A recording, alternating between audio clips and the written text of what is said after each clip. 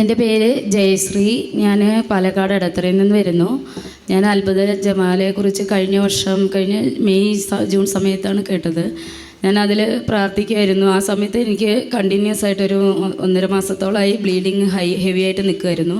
യൂട്രസിനകത്ത് endometrium thickness കൂടിയിട്ട് മുഴ വരുന്നൊരവസ്ഥ ഉണ്ടായിരുന്നു. ഫൈബ്രസ് ഉണ്ടായിരുന്നു. അപ്പോൾ അതൊരു 9 വർഷത്തിലും മീതെയായി. ഇടയ്ക്ക് കൂടും ഇടയ്ക്ക് കുറയും. DNC ചെയ്തു. ഇപ്പോൾ കഴിഞ്ഞ 2025 ആ ഒരു സമയത്ത് എവിടെയും പോകാൻ പറ്റുന്നില്ലായിരുന്നു. അപ്പോഴാണ് ഞാൻ അത്ഭുത ജലമാലയെക്കുറിച്ച് കേട്ടത്. എന്നിട്ട് അതിൽ വെച്ച് പ്രാർത്ഥിച്ചപ്പോൾ എനിക്ക് എണീറ്റ് നടക്കാൻ പോലും പറ്റാത്ത വിധം അത്രയും ബ്ലീഡിങ് ആയിരുന്നു. അനങ്ങിയ ബ്ലീഡിങ്, അങ്ങനെ ഒരു അവസ്ഥയായിരുന്നു.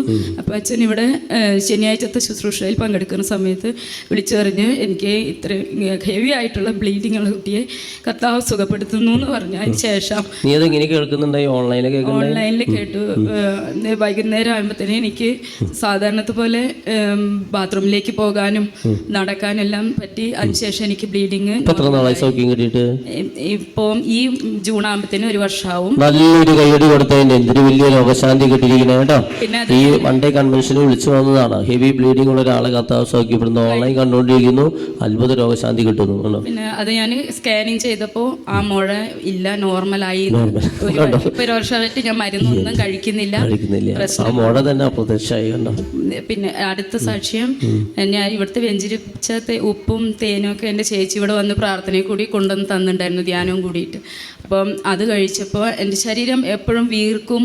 ഗ്യാസിൻ്റെ പ്രോബ്ലം, എനിക്ക് നീര് വയ്ക്കുന്ന അവസ്ഥയുണ്ടായിരുന്നു. അത് വാദത്തിൻ്റെ ആണോ വേറെ എന്തെങ്കിലും ആണോ എന്നൊക്കെ പേടിച്ച്, ഷുഗർ ഹൈകൾ അല്ലേ, ഫാറ്റ് ലിവറിൻ്റെ പ്രശ്നമുള്ള ആളായിരുന്നു. ഞാനിത് കഴിച്ചു, എല്ലാ ദിവസവും കഴിക്കുമായിരുന്നു. അപ്പോൾ എനിക്ക് പെട്ടെന്ന് ഒരു ദിവസം ഷുഗർ ഹൈ ആയ പോലെ തോന്നി, തല കറങ്ങി. ഞാൻ വിശ്വാസ പ്രമാണം ചൊല്ലിയിട്ട് തേന് വീണ്ടും കഴിച്ചു. നേരം വെളുപ്പിന് എണീറ്റതും പ്രാർത്ഥനകൾ ചൊല്ലി വിശ്വാസ പ്രമാണം ചൊല്ലി ഈ തേന് കഴിച്ചു. അതിന് ശേഷം എനിക്ക് ആ ബുദ്ധിമുട്ടുകളൊന്നും ഉണ്ടായിട്ടില്ല. അങ്ങനത്തെ നീര് വരുന്ന വേദനിക്കുന്ന അവസ്ഥകളെല്ലാം സൗഖ്യമാക്കി തന്നു. പിന്നീട് സെപ്റ്റംബർ ഒക്ടോബർ ആ സമയങ്ങളിലൊക്കെ അച്ഛൻ ഇവിടുന്ന് വിളിച്ച് പറയുന്നുണ്ടായിരുന്നു, യൂട്രസിൻ്റെ പ്രോബ്ലം മാറിയ വ്യക്തി ഇവിടെ വന്ന് സാക്ഷ്യപ്പെടുത്തണമെന്ന്.